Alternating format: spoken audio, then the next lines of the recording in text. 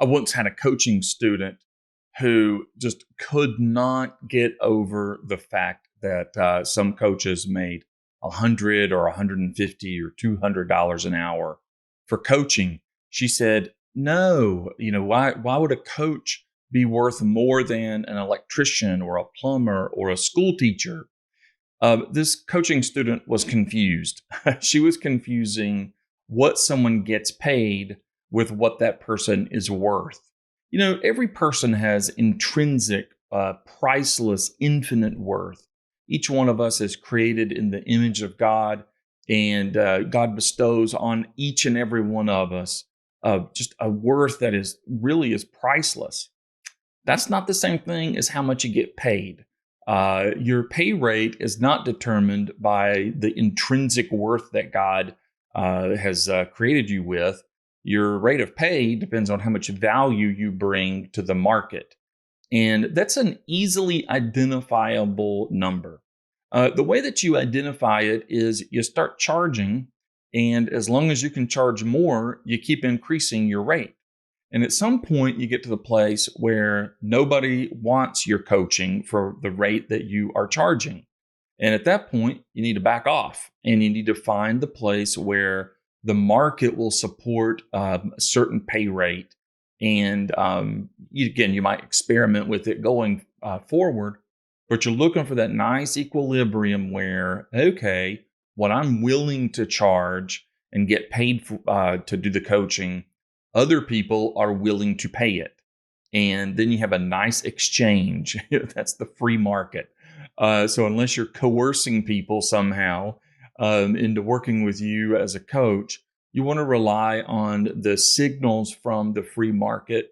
And the reason I want to cover this in a YouTube video for our Christian coaching audience is just because some Christian coaches have a hang up on charging. They're like that coaching student. They conflate a person's worth with the amount that someone gets paid. And they even can have a sense of indignation that someone could get paid too much for coaching. So could you get paid too much for coaching? Maybe, but the only way I could see that would happen is maybe two ways. One way you could get paid too much for coaching is if the rate that you were being paid made you a worse coach. That's happened to me before. I remember early in my coaching career, one of my colleagues negotiated a contract where I was getting paid a very handsome sum for an hour of coaching. And it made me nervous. I had stage fright. I was concerned, I got to bring, that much value to every coaching session. And I just was trying too hard. And I was doing worse coaching because the rate was so high. So I guess that's one way that you could charge too much for coaching. The other way you could charge too much for coaching is you could just charge so much that nobody wants it. And, if you charge so much that nobody wants it, are you really charging? No, you're asking for a rate that you're not going to get. And so again, that's a signal that you should back off. So when you are providing value to the people that you coach, you want to charge in a way that is equal to the value they're receiving. And so when you're starting off as a coach, coaching's probably not worth that much. And so the equal exchange is you're giving your time and the coaching, and it's pretty low quality. What you're getting back is maybe not money, but experience.